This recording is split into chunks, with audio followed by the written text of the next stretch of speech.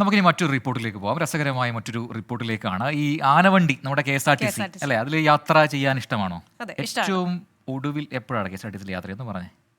എനിക്ക് തോന്നുന്നു വർഷങ്ങൾക്ക് മുമ്പ്.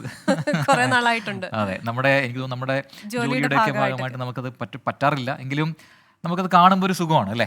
നമ്മൾ എത്രയോ തവണ അത്തരം വീഡിയോകൾ കണ്ടിട്ട് നമ്മളിങ്ങനെ രസകരമായിട്ട് ഇങ്ങനെ ചിരിച്ചുകൊണ്ടിരുന്നിട്ടുണ്ട്. ഇൻസ്റ്റാഗ്രാമിലൊക്കെ ഒരുപാട് ആനവണ്ടി പ്രേമിക്കാറുണ്ട്. അപ്പം പറഞ്ഞു വരുന്നത് ആനവണ്ടിയോട് ചെറുപ്പം മുതൽ അടുപ്പമുള്ള ഒരാളെ കുറിച്ചാണ്. ജീവിതത്തിലെ ഒരു സുപ്രധാന ദിവസത്തിലും ആ ഇഷ്ടം അദ്ദേഹം കൈവിട്ടില്ല. തിരുവനന്തപുരം കാട്ടാക്കട ചീനിവിള സ്വദേശി അമലിന്റെ വിവാഹത്തിന് പ്രിയപ്പെട്ട ആനവണ്ടി എത്തിയതിനു പിന്നിൽ രസകരമായ ഒരു കഥയുണ്ട്. ആ കഥയിലേക്കാണ് ഇനി.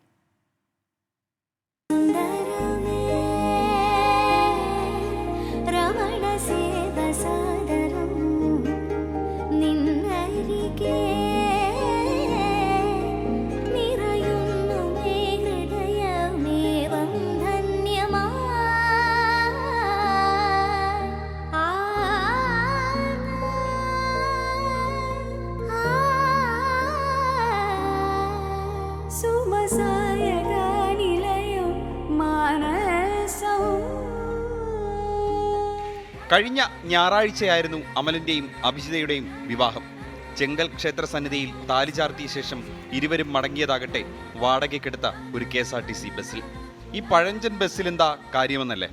നമ്മളെ ചീനിവിള റൂട്ടിലോടുന്ന ഗ്രാമപ്രദേശമാണ്. കാട്ടാക്കട ഡിപ്പോ എന്നുള്ളൊരു ബസ്സാണ്. കുറേ ട്രിപ്പുകളൊക്കെ അത് ക്യാൻസലേഷനിലായിരുന്നു. പിന്നെ ബസ് RT 361 എന്ന് പറയുന്ന ഒരു ബസ്സായിരുന്നു. അത് കാലപ്പഴക്കം കാരണം ദിനം പ്രതി വഴിയിലാവുന്ന സാഹചര്യം ഉണ്ടായി. അപ്പം എല്ലാവർക്കും ബുദ്ധിമുട്ട് ഉണ്ടാകുന്ന ഒരു സാഹചര്യമായി. കൃത്യസമയത്ത് എത്താൻ പറ്റാതിരിക്കുക. ഞാൻ അന്നോട്ടേ ബസ്സിലാണ് പോകുന്നത്, ഈ ബസ്സിൽ, ഈ RT 361 എന്ന് പറഞ്ഞ ബസ്സിൽ. ആ സമയത്തിരുന്ന സർക്കാർ ബന്ധപ്പെട്ട വകുപ്പ് മന്ത്രിക്കും ചീഫ് ഓഫീസിലും MLAയ്ക്കും എല്ലാം ഇതുപോലെ നിവേദനം കൊടുക്കുകയും നിരന്തരം ഫോളോ അപ്പ് ചെയ്തുകൊണ്ട് നമുക്ക് ചീനിവിള റൂട്ടിലേക്കായിട്ട് ഗുരുവായൂർ ഡിപ്പോയിൽ നിന്ന്, അന്ന് ഫാസ്റ്റ് വണ്ടിയായിരുന്നു അത്, ഗുരുവായൂർ ഡിപ്പോയിൽ നിന്ന് ഫാസ്റ്റിൽ നിന്ന് ഓർഡിനറി ആയിട്ട് കൺവേർട്ട് ചെയ്ത് കാട്ടാക്കട ഡിപ്പോയിലോട്ട് അലോട്ട് ചെയ്തു ചീനിവിള റൂട്ടിലേക്കൊക്കെ ആയിട്ട്. അപ്പോൾ അന്ന് മുതലേ എനിക്ക് ഈ വണ്ടി പ്രിയപ്പെട്ടതാണ്, RNE 522. അങ്ങനെ ഈ വണ്ടി അതിനുശേഷം നമ്മുടെ റൂട്ടിൽ നിന്ന് ഇപ്പോൾ ഓരോ ഷെഡ്യൂൾ മോഡിഫിക്കേഷൻ വരുമ്പോൾ പോലും വണ്ടി നമ്മുടെ റൂട്ടിൽ നിന്ന് മാറ്റുകയാണെന്നുണ്ടെങ്കിൽ അപ്പം എന്നറിയോ അപ്പം തന്നെ കൊണ്ടുപോയി റിക്വസ്റ്റ് കൊടുക്കുകയാണ്. റിക്വസ്റ്റ് കൊടുത്ത് വീണ്ടും തിരിച്ച് നമ്മളെ റൂട്ടിലോട്ട് കൊണ്ടുവരും. നഗരത്തിലെ സ്വകാര്യ സ്ഥാപനത്തിൽ ജോലി ചെയ്യുന്ന അമൽ ഇതേ ബസ്സിലെ സ്ഥിരം യാത്രക്കാരനാണ്. അടുത്ത സ്റ്റോപ്പിൽ നിന്ന് കയറുന്ന സഹധർമ്മിണിയെ പരിചയപ്പെട്ടതും ഇതേ ബസ്സിൽ വെച്ച്. എൻ്റെ പ്രിയപ്പെട്ട ബസ്സായിരുന്നു ഈ RNE 522. അതിൽ വെച്ച് തന്നെയാണ് എൻ്റെ കല്യാണം കഴിച്ച എൻ്റെ പ്രിയപ്പെട്ട ജീവിതസഖി അഭിജിത SS കണ്ടുമുട്ടിയതും പരിചയപ്പെടുന്ന വിവാഹത്തിലോട്ട് എത്തിയത്. ഏകദേശം 1 വർഷത്തോളമായി ഞാൻ ഈ ബസ്സിൽ നിന്ന് അഭിജിതയെ കണ്ടുമുട്ടിയിട്ട് സുഹൃത്തുക്കളായി. അല്ല, എനിക്ക് നേരത്തെ അറിയുന്നതാണ് ബസ്സിനോട് ഉള്ള താല്പര്യം. അതുകൊണ്ട് എനിക്കതിൽ പ്രത്യേകിച്ച് അതിശയമൊന്നും തോന്നിയില്ല. അതൊരു വെറൈറ്റിയാണ്. എല്ലാവരും കോമൺ ആയിട്ട് അല്ലാണ്ട് AC ബസ്സും കാര്യങ്ങളും അല്ലെങ്കിൽ ട്രാവൽസൊക്കെ വിളിക്കുന്ന സമയത്ത് KSRTC എന്ന് പറയുമ്പോഴത്തേക്കും ഒരു വെറൈറ്റി ആണല്ലോ.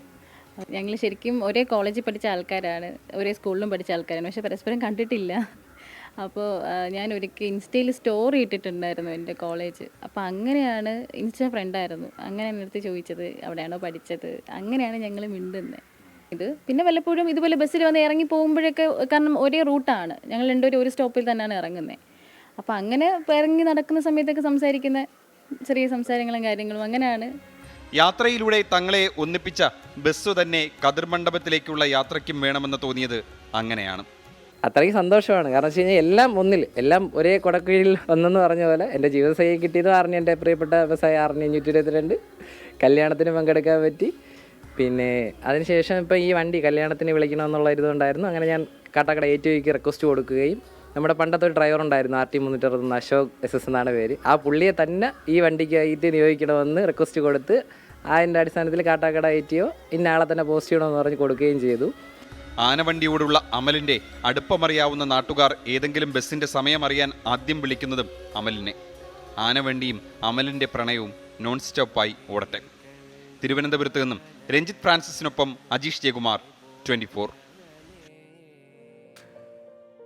അപ്പോൾ അമൽ എത്രമാത്രം ആനവണ്ടി ഇഷ്ടപ്പെടുന്നുണ്ട് എന്ന് ആ റിപ്പോർട്ട് കണ്ടപ്പോൾ എല്ലാവർക്കും മനസ്സിലായി കാണും. അപ്പോൾ ആ ഒരു ഇഷ്ടം അതങ്ങനെ നോൺ സ്റ്റോപ്പായി മുന്നോട്ട് പോട്ടെ.